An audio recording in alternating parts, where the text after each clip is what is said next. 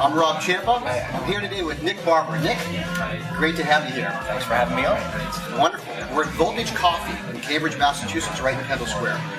Now, Nick is the multimedia correspondent for IDG News Service, involved with a lot of tech, including PC World, MacWorld, Computer World, and some great publications. He's also the producer and the host of World Tech Update, an award-winning news show on technology. If you haven't seen World Tech Update, there's some great stuff there. Nick, I think, has one of the best jobs in the world. He gets to see all the cool gear. So, Nick, welcome to Voltage, and thanks for taking the time out to talk with us. Thank you. So, when Nick and I were chatting, Nick and I did a rich media session recently, and we had a chance to really talk about the role of video, what's happening in tech, and it's a very, very evolving world.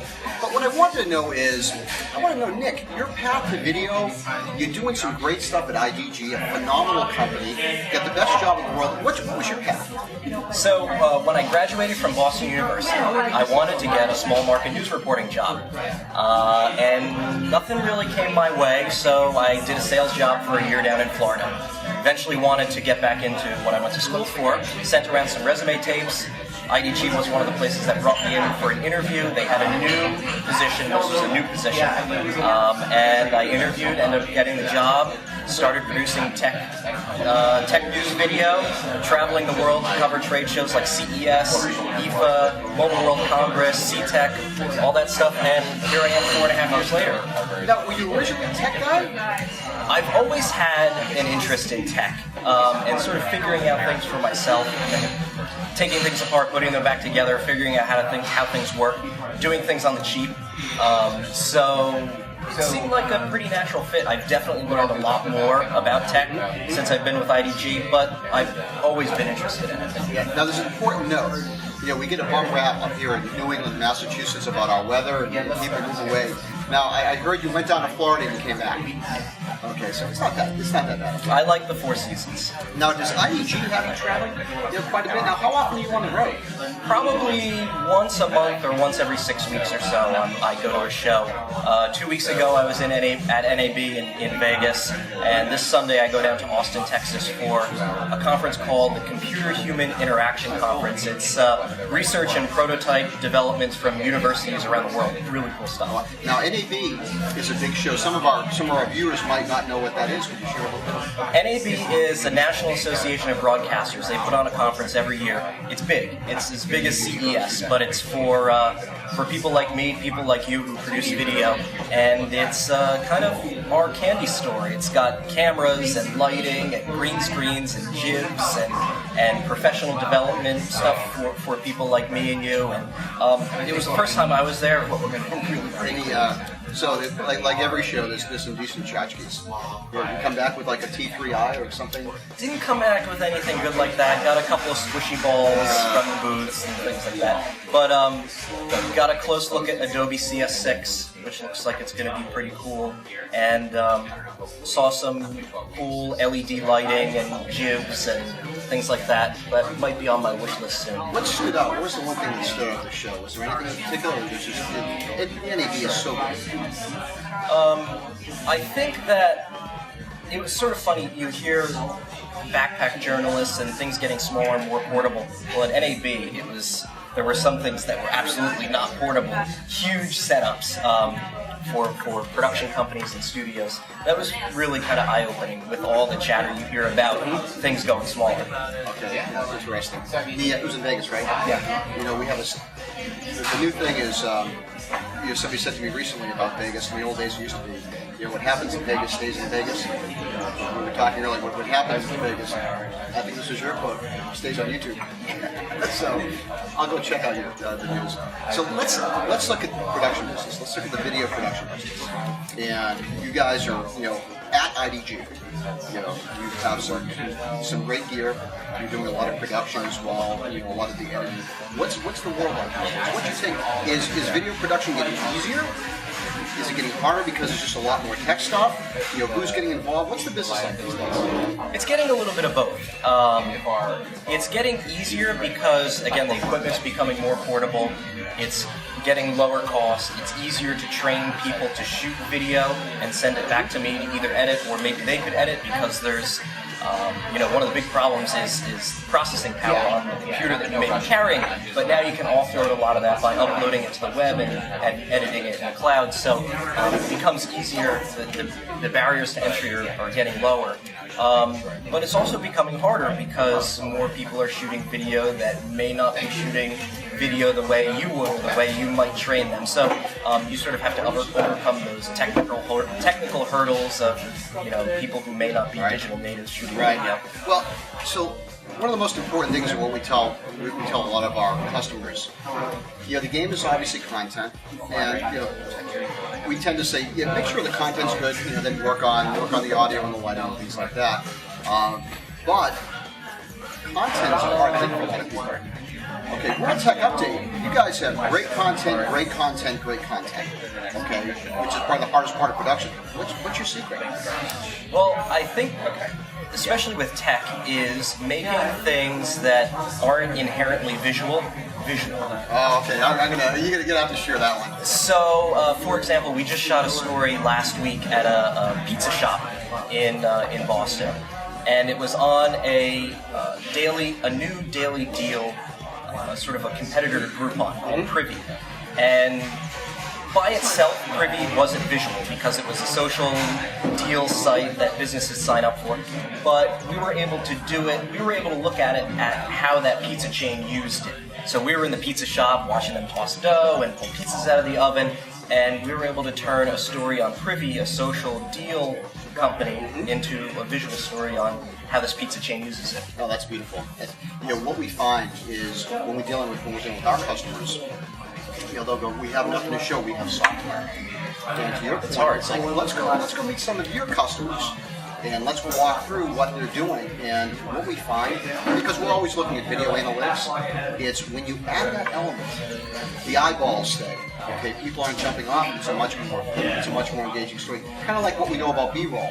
If you just shoot a talking head, okay, you'll have somebody add some B-roll in and mix it up. It's a big deal. Yeah, people like to. You can get people interested by talking about someone else. They want to hear about other humans. They don't want to hear about a piece of technology or a gadget. I mean, some do, and there is merit to that. But if you can add in a human element, I think you'll get a lot more interest in the story. I definitely agree. Can you personify or can you make everything visual? Where's the challenge for making stuff visual? Where do you say, this doesn't work, or have you been pretty successful at making things work? Well, I think when you're confined to maybe covering technology or software or a gadget at a trade show or sort of on the fly, and you don't have a lot of time to sort of conceptualize and come up with other ways to cover it, I think then maybe you're sort of backed into a corner and you may have to focus on the gadget and you may have to use screenshots. But if you have a little bit more running room and a little bit more time, I think you can put together something that's a little bit more compelling. And one more question on production. So shooting is one thing, and then there's crafting the story, but editing work is science and art, and you've done a lot of editing as well. You're different from a lot of folks. You're very hands-on. What's the editing challenge? How do you know when you've got your editing right? I think, and I tell the intern that I have I teach a class at BU also, and I tell them don't overthink it. If it's a story that only needs 60 seconds or 90 seconds, then keep it at that. Don't try to bring in other pieces that make it more complicated and make it 3, 4, 5 minutes because people are going to click out anyway. So I think that's part of it is not overthinking the editing process. And there are a couple tricks you can do in the editing process to make things look a little bit better with sort of L cuts and J cuts and things like that. And covering your interviews with B-roll. Like if I was editing, I'd probably cover us with B-roll and do that kind of thing. Of course, we'll be doing that. But B-roll's key, keeping that visual element, keeping people engaged, and not just watching people sort of talk on the screen. All right, Nick. World Tech Update, all the other multimedia corresponding great stuff. You've done a ton of reports. Okay. You've probably forgotten more than I'm ever going to learn. Which reports have been most memorable? Probably one of my favorites was I was in Children's Hospital operating room with scrubs and a mask and a hair thing, watching a robotic surgery. Wow. And I was sort of right in there, and I got to, the way it works is there's one console that the guy who operates the robot gets in. It sort of looks like when you go to the eye doctor and you have to look into the machine, it looks like that, and then he has things that he can operate, and the robot cancels out any of the shape that the surgeon may have, and he's got a 3D view of what's in there. And there's another console for usually a trainer to follow along. So I got to look in that, and I got to see what was going on, and that was very, very cool. What a great story. That was neat. And I sort of had a personal interest in it because in high school and college I was a volunteer EMT. So that sort of got my interest back in medicine and things like that. And then probably my other favorite report, very different, was covering the Boston Marathon, sort of the backbone of IT that makes the marathon run. And they've got 25,000 people that they need to track and get accurate timing for. So that was neat. And the coolest part of that was that I got a press clearance for the photo bridge at the finish line, which is where like Reuters and AP and all the major affiliates up here are. You have to give your social security number. They do a background check on you to make sure nothing's going to happen and you're going to throw off things. But those were probably my two favorite ones. Oh, fantastic. All right, let's look at the other end of the spectrum. Okay, when did you expect things to go well and they sort of went sideways? I'd have to say,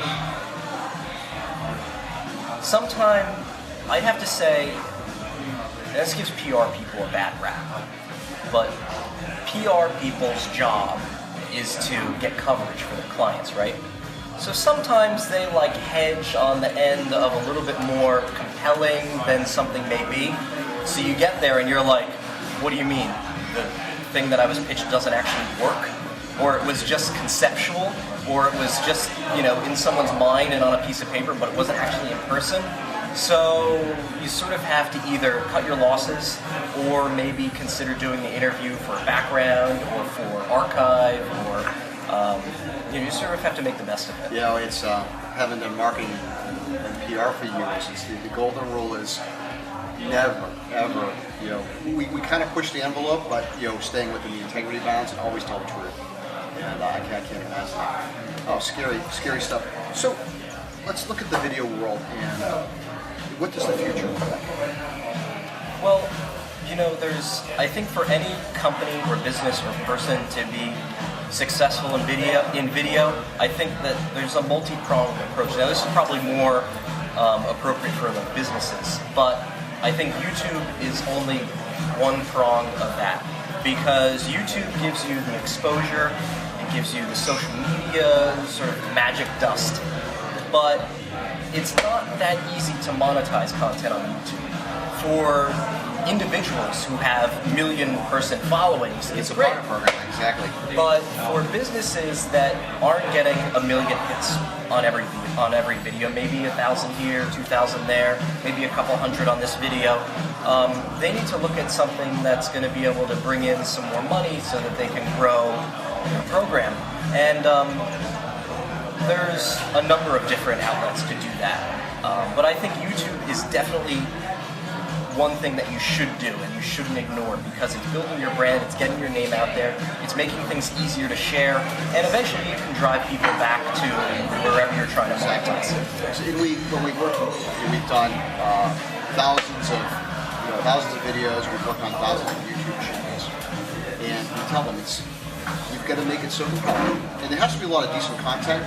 We see a lot of people think if they do one video, they're done. It doesn't work that way, and in fact, Google doesn't like that.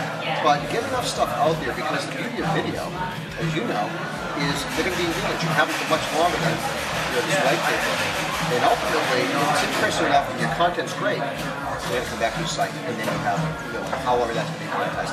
That's a great point.